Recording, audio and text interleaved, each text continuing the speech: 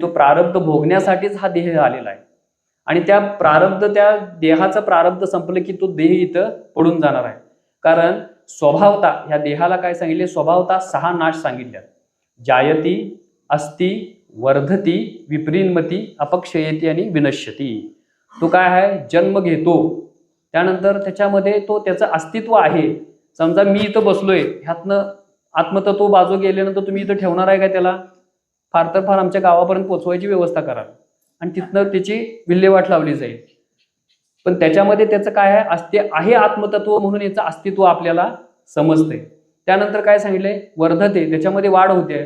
मी पण एक लहान बालक होतो, आता मी वय वर्ष 42-43 वर्षाचा युवक पुरुष आहे, आणखीन थोड्या दिवसांनी आणि 70 वर्षाचा एखादा वयस्कर माणूस होणार आहे.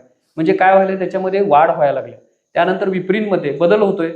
लहान असताना गुटगुटीत होतो, गोरागोमटा होतो, आता काळा झालो, केस पिकली, हे सगळे बदल ह्या कशामध्ये व्हायला लागल्यात, देहामध्ये व्हायला लागल्यात.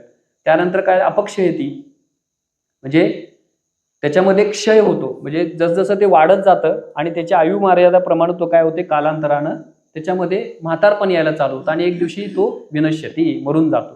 कोण मरून जातो? देह. आणि आपण काय केलोय, हा देहोहम घेऊन बसलोय. मी देह आहे, मी कोणतर संदीप आहे, ही जी भावना आपल्या अंतःकरणामध्ये जी दृढ झालेली आहे, किंवा आपण हा जो भ्रम आपल्यामध्ये गुंतवून ठेवलेला आहे, तो भ्रम जोपर्यंत दूर होणार नाही तोपर्यंत आपल्याला हा भ्रम बांधूनच ठेवणार.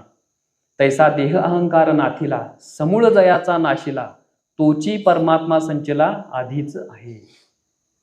हा देह अहंकार जोपर्यंत ज्या दिवशी, ज्या वेळेला, ज्या क्षणाला हा देहोहम आपल्यातनं बाजूला होणार आहे, मग परमात्माने आपण कोण वेगळा आहे हे आपल्याला त्यावेळेला कळणारच नाही, कारण आपणच परमात्मा स्वरूप होऊन जाणार आहे. पण आपण काय करायला लागलो, सगळ्या गोष्टी या देहावर अधोरेखित करायला लागलोय. मी कोणतर साहेब आहे, मी कोणतर प्रवचनकार आहे, मी कोणतर या कुळातला आहे, मी कोणतर असा आहे, मी कोणतर तसा आहे.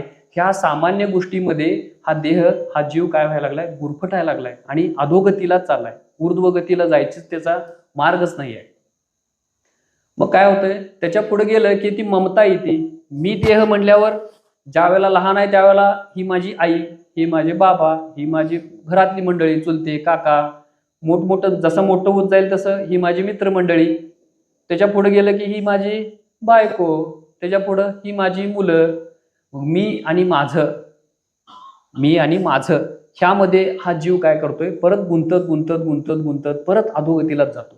कारण अहंता, ममता, मी आणि माझं हे जोपर्यंत आपण विसरणार नाही तोपर्यंत आपल्याला काय होणार आहे, त्या सत्तत्वाची किंवा त्या परमात्म तत्वाची आपल्याला अनुभूती येणार नाही.